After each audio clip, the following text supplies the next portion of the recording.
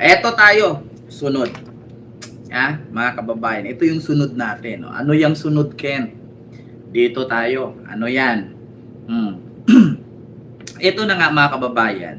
Nagreklamo na si Sara Duterte. Bakit daw kampanting-kampante si Tere Redon na merong 200 na pipirma para ma-impeach siya? Si Sara yan si Sara. Sabi ni Sara, okay lang kung ordinaryong tao lang nagsabi na ma-impeach ako. Okay lang kung ordinaryong mamamayan na nagsabing dapat ma-impeach si Sara kasi naintindihan daw niya. Pero kung congressman mismo ang nagsalita, kakaiba na yon. Pakinggan natin ha, mga kababayan. Kabadong-kabado na yung inday ninyo. Tsaka, ganito lang yan mga kababayan eh. Di ba yung mga DDS lagi nilang sigaw? Mag-antay na lang kayo sa Senate, haharangin naman yan ng mga Duterte senador, marami sila. Di ba? Yung term na yan, yung salitang yan, hayaan nyo na lang sa Senado. Bakit? Hindi naman matutuloy yung impeachment na yun kasi maraming senador kampi kay Sara. Tapos ngayon nagtanong si Sara, bakit daw kampanting-kampante ang mga congressman na i-impeach siya? Di ba sa Senado nga, kampanting-kampante kayo na hindi ma-impeach? Tapos sa kongresista, questionin mo? Baka nakalimutan mo, Sara, 2025, in-impeach ka. Do you think ngayon hindi? Di ba mga kababayan, isipin ninyong mabuti. Si Tere Redon nagsalita na ready at may 200 na handang bumuto na i-impeach si Sara. Question ni Sara, bakit daw kampante at bakit daw siguradong-sigurado si Tere Redon? Ang mga DDS nga, siguradong-sigurado sila na hindi matutuloy yung impeachment sa Senado kasi maraming DDS senador eh. So, pag DDS ang magsabi, okay lang. Pag mga congressman magsabing kampante, hindi. Ano yon? Nga lang, napatunayan na ng congress yan kasi in-impeach ka na noon. So, ibig sabihin lang dyan mga kababayan, meron talaga si Sarang ginapang. Continue. Ito. Estimation ng bawat party. So, meron yun. I think as we speak, we are looking at almost 200 already. House members who are signifying their intent to support the impeachment. I think nag-iikot din siyempre may mga caucuses na pag-ikot sa party list, sa iba pa mga coalitions. At Marian, pagdating sa botohan ng bawat partido, ano yung info na naririnig mo dyan? Promo codes Wait lang ha, mga kababayan, may ads The best lang. champions are available for free just by playing. Here are 9 champions you get for free. Ito yun mga kababayan. Ito yung sabi ni Sara. Kinwestiyon ni Vice President Sara Duterte ang pagiging kumpiyansa ng ilang lawmakers na tuluyan na siyang mai-impeach sa kanyang posisyon. Tumanggi naman itong magkomento hinggil sa sinabi ni Bicol Saro Party List Representative Tere Redon na hindi mahirap makakalap ng 106 na boto na pipirma sa impeachment case laban sa kanya. Ayon kay VP Sara, kung ordinaryong mamamayan ang nagpahayag noon, bayaan na lang niya sila kung iyon ang kanilang opinion. Kung ordinary individuals lang naman yan, like ordinary Filipinos, pabayaan na natin yan, no? Kasi yan naman yung opinion nila, yan naman yung damdamin nila, hindi mo naman mapabago ang nararamdaman ng isang tao. But it is different siguro kapag congressman na yung nagsasabi or senator na yung nagsasabi. Kasi magtatanong ka, bakit sobrang sigurado ka na tapos na ito? I was about to ask Phoebe because Representative Redon actually even made mention in an interview that you're very clear na talaga that there will be 106 votes which is required for the articles of impeachment na ma-endorse doon sa Senate. Well, hindi ako makakomment sa kanyang mga nalalaman kasi hindi ko alam kung ano yung alam niya. Diba? Hindi daw siya makakomment sa sinabi ni Redon na may impeach talaga siya at malalagpasan pa itong 106. Kasi 200 nga sabi ni Redon. Ngayon, kung ordinaryong tao lang daw ang magsabi, okay lang, naintindihan niya. Pero pag kongresista or senador, bakit daw kampanting-kampante? No? Bakit daw siguradong-sigurado? Diyos ko naman, Sara.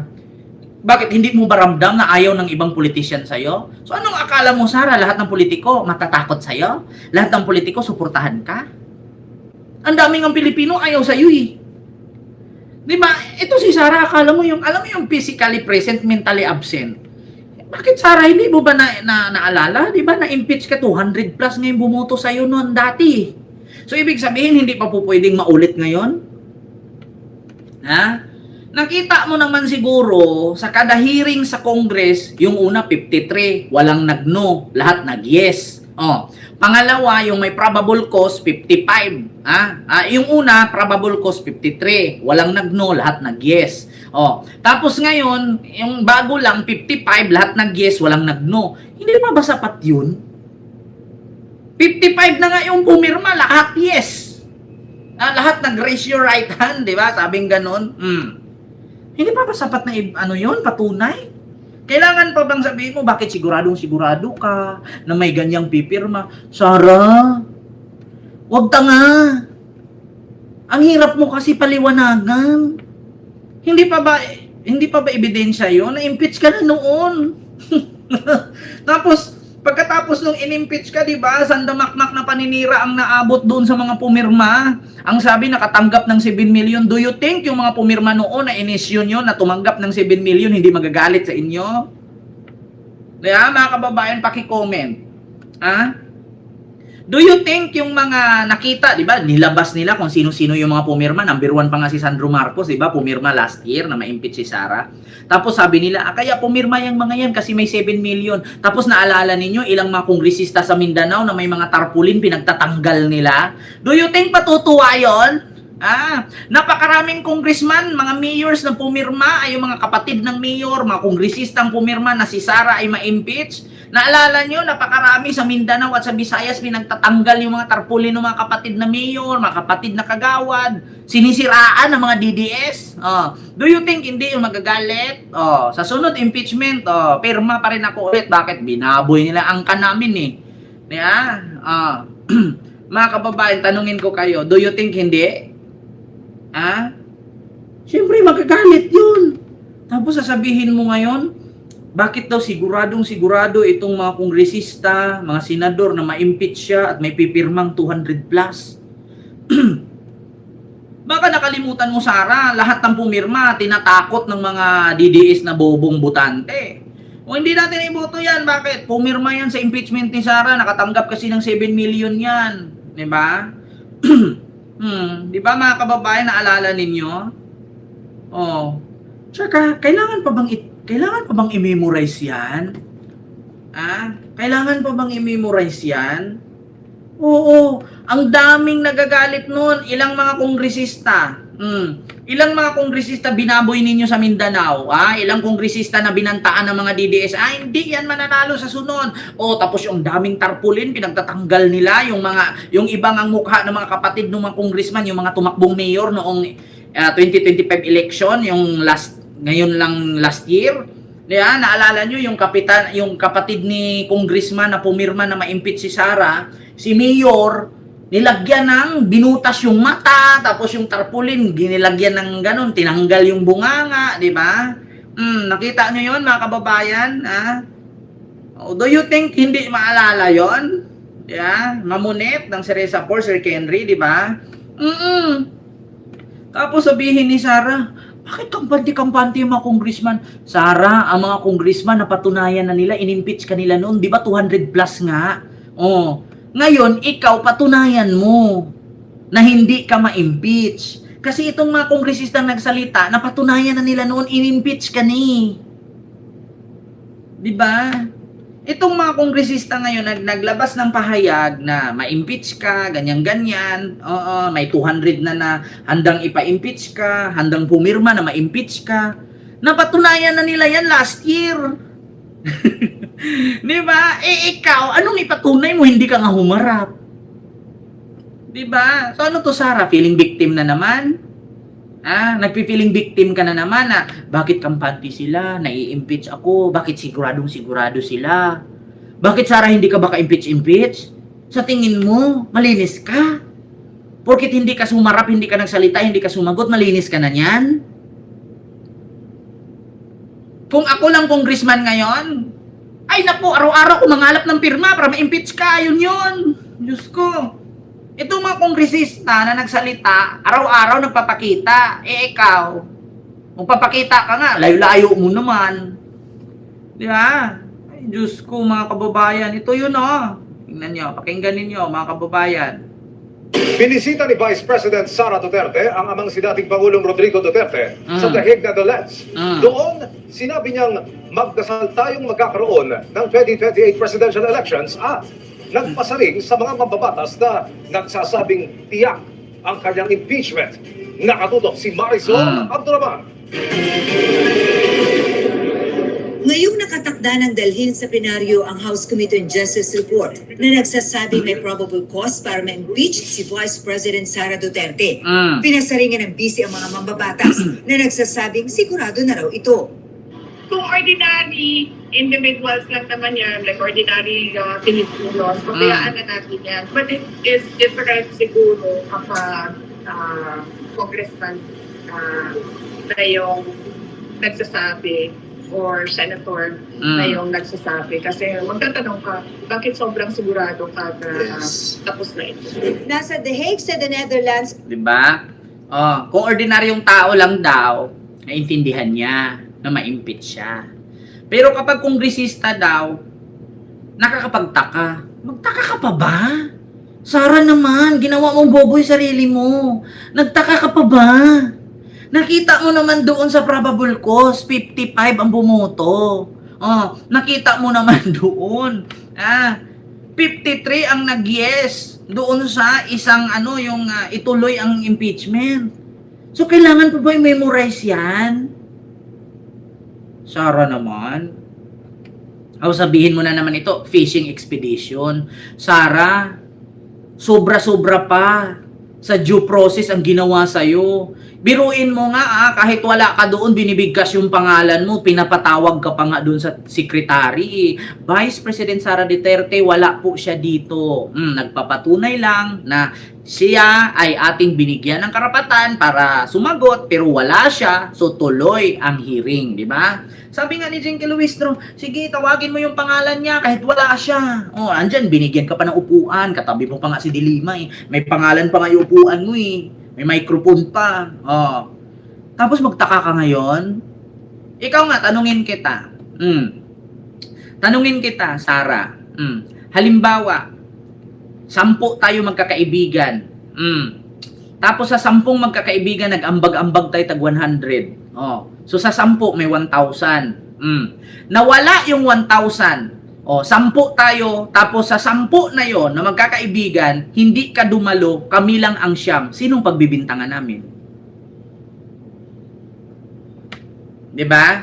10 tayong magkakaibigan. Nag-aambagan tayo tag 100. So, 100 times 10, 1,000. Nawala yung 1,000, tapos hindi ka pa dumalo, sinong pagbibintangan namin?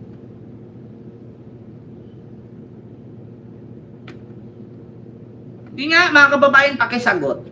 10 tayo magkakaibigan, tayo magkakaibigan, kasama si Sara. Nag-aambagan tayo tag 100. Nawala ang 1,000 pesos kasi sa 10 na tag 100 is 1,000, di ba? Nawala ang 1,000 tapos si Sara hindi sumipot. Pinatawag lahat ng miyembro. Mga miyembro, lahat dito. Harap tayo dito. Usap-usap tayo kasi hanapin natin kung sino ang nagnakaw ng 1,000 tapos si Sara hindi sumipot. Ano ang isipin agad ng miyembro? Bakit ayaw niyang humarap? Bakit ayaw niyang sumipot? Siya ba ang nagkuha? Di ba? Simpleng explanation. Simpleng paliwanag. 10 kayo magkakaibigan, nag-ambagan kayo tag 100. Tapos nawala yung 1,000. Tapos ngayon nung hinahanap na, magharap-harap na tayong lahat, ayaw sumipot ni Sara. Sinong kumuha? Diba? Sinong kumuha? Bakit ayaw niyang humarap? Siya agad ang pagbintangan. Diba?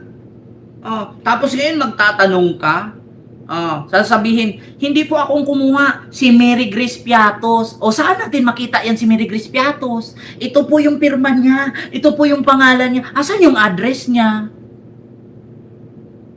Diba? Biruin niya. Tapos biglang sumulpot si Sarah. Hindi akong kumuha, si Mary Grace Piatos. Saan yung address ni Mary Grace Piatos? Asan yung birth certificate niya para patunay? Asan yung ID niya? Hindi po pwedeng ipakita kasi confidential. Ha? Naging confidential na. Tapos i-present mo si Mary Grace Piatos. Tapos ngayon magtaka ka sa siyam na kasama mong kaibigan na nawala ang 1,000, mag-present ka ng ibang tao na si Mary Grace ang kumuha at hindi ikaw. Paano nakuha ni Mary Grace? Hindi naman siya kaibigan. Ikaw man ang kaibigan namin. Diba? Sige nga. Isipin nyo, mga kababayan, ang bilis na explanation yan. Magkakaibigan tayo. Nag-ambagan tayo tag 110 tayo lahat. So sa 100 times 10, 1,000. Nawala ang 1,000. Tapos tayo, siyam na nandoon, si Sarah lang wala. Ngayon, anong iisipin ng siyam na kaibigan ni Sarah? Baka si Sarah ang kumuha. Baka siya nga kasi ayaw niya sumipot. Baka siya nga kasi wala siya dito. Tapos biglang bumalik. Si Mary Grace Piatos ang kumuha, hindi ako. Ngayon ang tanong, bakit kinuha ni Mary Grace Piatos ang 1,000 nang hindi naman kasali si Mary Grace Piatos sa ating usapan na ambagan? Anong alam ni Mary Grace Piatos? Ano yun? Spy? Diba? Ano yun? Spy? Para hindi ka mapagbintangan, gagawa ka ng another pangalan. Tapos nung hanapan ka ng ID, birth certificate, death certificate, marriage contract, at address, wala. Ibig sabihin, ikaw lang yun. Gumawa ka lang ng dummy account. Yeah. Utang ina. Gawain ng mga DDS yan. Mahilig mang bintang na si BBM magnanakaw. Yeah. Pero ang iniimbestigahan yung idol nila. Biruin mo, si BBM daw ang mastermind sa pagnanakaw, pero si Sarah ang sinasala. Diba? Kita nyo, mga kababayan. Si BBM mastermind, pero si Sarah ang inimbestigahan. Paano i-explain yan? Diba? Si BBM mastermind sa nakawan, pero si Sarah ang sinasala ngayon at inimbestigahan. Paano i-explain yan? Sino ba talaga ang magnanakaw? My goodness. Kaya kabadong-kabado na siya, mga kababayan. Kabadong-kabado na yung Vice President nyo. Biruin mo, bakit daw sigurado si Terry Ridon na may 200 na pipirma? Kailangan pa bang i-memorize yan? Yeah? Kailangan pa bang i-ulit-ulitin yan? Natural, si Terry Ridon, hindi kampi sa'yo. Yan ang sasabihin. Mga senador nga nakampi sa'yo, ang sabi, haharangin nila eh. Diba? Maraming salamat po, Ma'am Ann Ban. Thank you so much po sa yung super chat. Thank you so much po, Ma'am. Diba? Kailangan pa bang itanong kung bakit kampante si Terry Ridon na ma-impeach ka? Si Robin Padilla nga, anong sabi ni Robin? Ano ba trabaho ng oposisyon? Diba, opos? Lahat ng gagawin nila, nahadlang sa amin, i-oppose namin yan. Di ba? Kailangan pa ba i-memorize yan? Utang ina, pag kayo nag-fake news, okay lang. Pag iba ang grupo mag-fake news, galit kayo. Yeah, ganun yun eh. Hay, nako, malaman naman natin yan sa May 11 eh, kung talagang ma-impeach si Sarah. Kung hindi ma-impeach, edi wow. Kung ma-impeach, hindi goodbye. Diba, mga kababayan?